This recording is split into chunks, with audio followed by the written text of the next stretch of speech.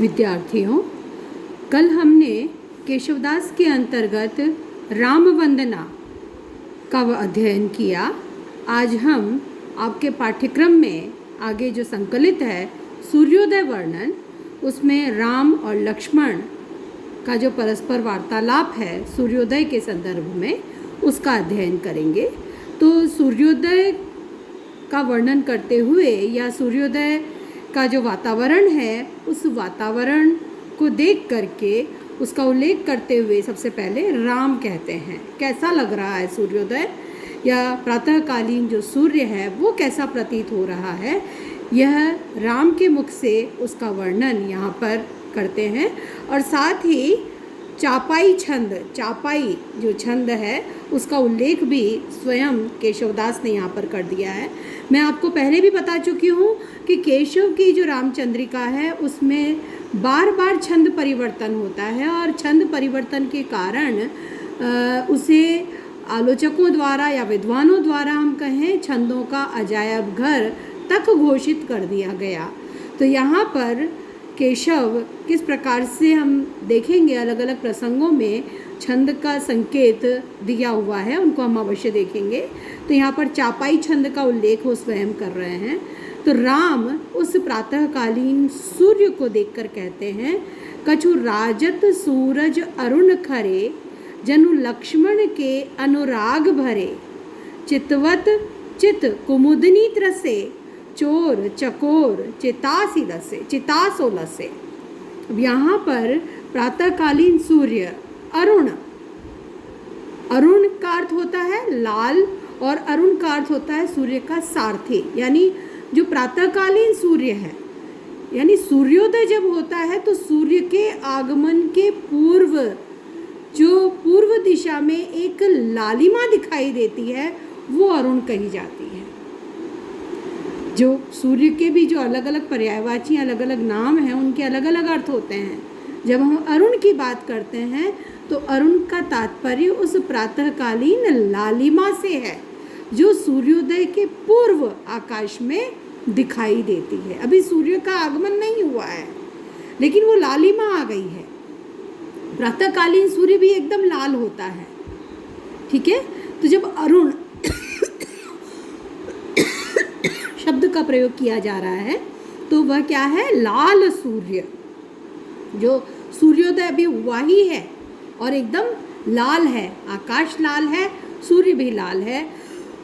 तो एकदम लाल और तप्त सूर्य ऐसे सुशोभित हो रहा है, जनु अर्थात मानो लक्ष्मण के अनुराग भरे, मानो यह साक्षात लक्ष्मण के प्रेम से भरा हुआ है। प्रेम का वर्ण भी लाल माना जाता है। तो सूर्य की लालिमा लक्ष्मण के प्रेम जैसी लाल राम को दिखाई देती है। तो मानो उत्प्रेक्षा अलंकार मैं आपको पहले समझा चुकी हूँ, जब उपमेय में उपमान की संभावना की जाती है और यह मनु, मानो, जनु, जानो आदि वाचक शब्दों के द्वारा प्रकट की जाती है। तो जो पूर्व दिशा में लाल सूर्य कैसा दिखाई दे रहा है, ऐसा सुशोभित हो रहा है मानो साक्षात लक्ष्मण के अनुराग से भरा हुआ हो। यहाँ पर हम देखते हैं केशव ने बहुत सुंदर उपमान लिया है। यहाँ जो उपमान लिया है वो कैसा है, भावपूर्ण है। लक्ष्मण का जो प्रेम भाव है राम के प्रति वो कितना गहरा है। तो वैसा ही लाल वर्ण इस सूर्य का है। चितवत चित कुमुदिनी त्रसे, इसे देखते ही कुमुदिनी अपने मन में भयभीत हो जाती है। चितवत चित कुमुदिनी त्रसे, देखते ही कुमुदिनी के चित्त को, हृदय को त्रस्त करता है, भयभीत कर देता है। क्यों? क्योंकि कुमुदिनी संध्या समय तो खिलती है, चंद्र के आगमन के साथ कुमुदिनी खिलती है और प्रातःकाल सूर्य के आगमन के साथ कुमला जाती है। तो यह कुमुदिनी के चित्त को भी भयभीत करने वाला है। कुमुदिनी के कुम्हलाने का, मुरझाने का समय हो गया है। चोर चकोर चिता सुलसे। और जो चकोर है उसके हृदय को भी यह चिता जैसा लगता है। राम को तो कैसा लग रहा है? लक्ष्मण के प्रेम से सिक्त दिखाई दे रहा है, लक्ष्मण के प्रेम से जैसे भरा हुआ हो, लेकिन कुमुदिनी को देखते ही भयभीत करने वाला है और चकोर को भी चिता के समान लगता है। चकोर के बारे में क्या प्रसिद्ध है कि चकोर चांद से प्रेम करता है और रात भर चांद को टकटकी लगाए देखता रहता है। यह चकोर पक्षी के संबंध में कहा जाता है। तो जब सूर्योदय हो गया है तो चंद्र अस्त होने का समय हो गया और प्रातः होते ही चंद्र के अस्त हो जाने के कारण चकोर के लिए भी यह सूर्य चिता के समान दग्ध करने वाला प्रतीत होता है, क्योंकि चकोर भी चांद को चाहता है, चांद से प्रेम करता है और रात्रि भर चांद को निहारता रहता है।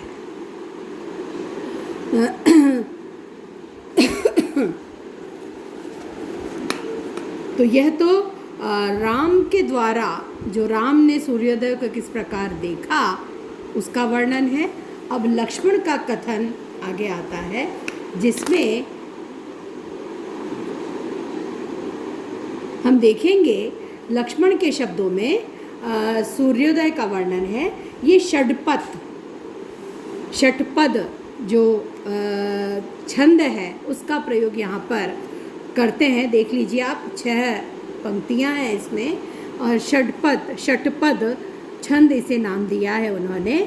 तो अरुण गात अति प्रात पद्मिनी प्राणनाथ भय, मानहु केशव दास कोकनद कोक प्रेम में, परिपूरण सिंदूरपुर कैंधो मंगल घट, किंधो सक्र को छत्र मढ़्यो माणिक मयूख पट, के श्रोणित कलित कपाल यह किल कापालिक काल को, यह ललित लाल कैंधो लसत दिग्भामिनी के भाल।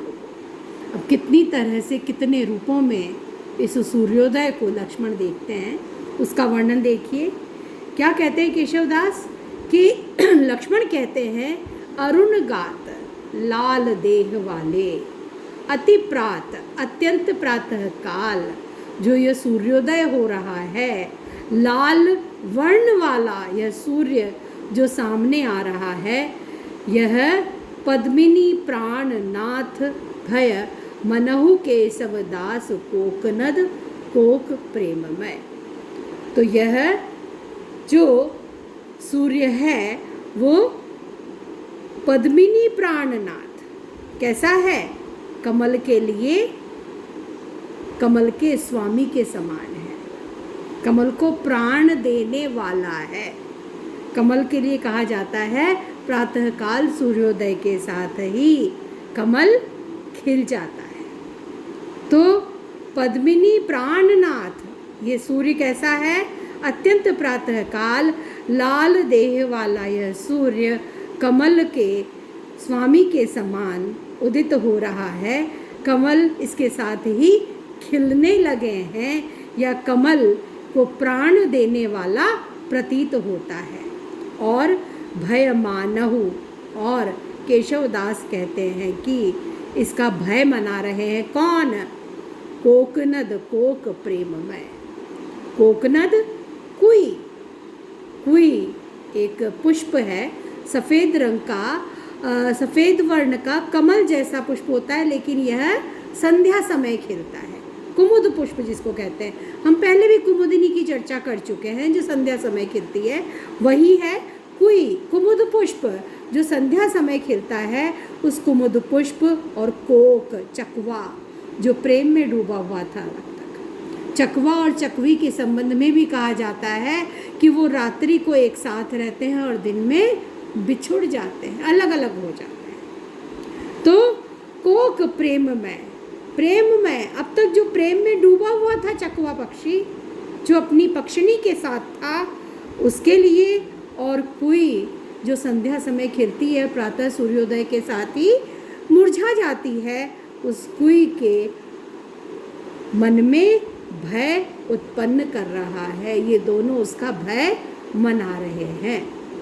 परिपूर्ण सिंदूरपुर। अब आगे देखिए, वो इसके और वर्णन करते हैं, कैसा लगता है ये जो सूर्योदय हो रहा है, लाल लाल सूर्य जो आकाश में उदित हो रहा है, प्रातःकालीन सूर्य कैसा प्रतीत हो रहा है लक्ष्मण को। परिपूर्ण सिंदूरपुर कैंधो मंगल घट, जैसे सिंदूर से परिपूर्ण, सिंदूर से युक्त कोई मंगल घट स्थापित कर दिया गया हो। या केंधों शक्र को छत्र मढ़्यो माणिक मयूख पट, या स्वयं इंद्र का छत्र है जो माणिक मयूख पट, मयूख किरण, तो किरण रूपी माणिक से सज्जित है, किरणों से युक्त है। प्रातःकालीन सूर्य जो उदित हो रहा है तो किरण रूपी माणिक वस्त्र, माणिक पट उस पर आच्छादित हो रहा है। ऐसा इंद्र का यह छत्र ही आकाश में इस लाल सूर्य के रूप में सुशोभित हो रहा है। या श्रोणित कलित कपाल यह किल कापालिक काल को, काल रूपी कापालिक के हाथ में, काल रूपी कापालिक के हाथ में रक्त से सज्जित कपाल है, खप्पर है, खोपड़ी है। या यह ललित लाल कैंधों लसत दिग्भामिनी के भाल को, या यह दिशा रूपी जो स्त्री है उसके भाल पर लगा हुआ लाल बिंदु है। तो यहाँ पर संदेह अलंकार है इन 4 पंक्तियों में, जहाँ उस सूर्य के संबंध में अलग अलग कल्पनाएं कि ये है या ये है या ये है या ये है की गई हैं। तो यहाँ पर संदेह अलंकार का प्रयोग भी है। ये जो वर्णन आ रहे हैं सूर्योदय वर्णन, इसमें आपको बहुत सारी बातें, एक तो जैसे हमने राम द्वारा जो वर्णन किया गया उसमें कुमुदिनी को त्रसने वाला है। अच्छा, अरुण सूर्य, प्रातःकालीन सूर्य को अरुण कहा जाता है, ये भी आप स्पष्ट करेंगे। चकोर को चितासा क्यों लगता है, तो जो किंवदंतियाँ प्रचलित हैं उन किंवदंतियों का प्रयोग करते हुए यहाँ वर्णन किया गया है। इसके अतिरिक्त सबसे जो खास बात है वो ये कि लक्ष्मण के अनुराग भरे जो उपमान केशवदास ने यहाँ पर लिया है वो उपमान बहुत ही भावपूर्ण है, बहुत सुंदर उपमान है यह। हालांकि केशव का ध्यान चमत्कार प्रदर्शन पर अधिक रहा है, लेकिन कई स्थानों पर उन्होंने बहुत सुंदर उपमान योजना भी की है, जो मैं आपको केशव की भूमिका समझाते हुए भी उसका उल्लेख कर चुकी हूँ। और उसी का एक उदाहरण यह भी है जहाँ राम सूर्य की उस लालिमा को लक्ष्मण के अनुराग से भरा हुआ देखते हैं। इसी प्रकार से ये जो वर्णन लक्ष्मण द्वारा जो वर्णन किया जा रहा है, इसमें आप देखिए पद्मिनी प्राणनाथ यानी पद्मिनी कमल के स्वामी के समान है, कमल को जीवन देने वाले, कमल पुष्प प्रातःकाल खिलता है। ये सब किंवदंतियाँ हैं जो प्रचलित हैं और उनका उपयोग इसमें किया गया है। इसी प्रकार से कोकनद, कुई और कोक, चकवा जो प्रेम में डूबा हुआ था अब तक, उसको भयभीत करने वाला है। तो ये दोनों जो है ये भी एक जो मान्यताएं प्रचलित हैं उनका प्रयोग यहाँ है। फिर यहाँ पर संदेह का प्रयोग करते हुए वो अलग अलग संभावनाएं इसमें व्यक्त करते हैं कि वो ऐसा लग रहा है जैसे या तो यह क्या है, सिंदूर से भरा हुआ मंगल घट। तो सिंदूर पूरित मंगल घट में एक सांस्कृतिक उपमान है, सांस्कृतिक बिंब हमें प्रतीत होता है। इसके साथ ही इंद्र का छत्र ही मानो आकाश में आच्छादित हो रहा है, जो किरण रूपी माणिकों से पटा हुआ है, माणिकों से आच्छादित है।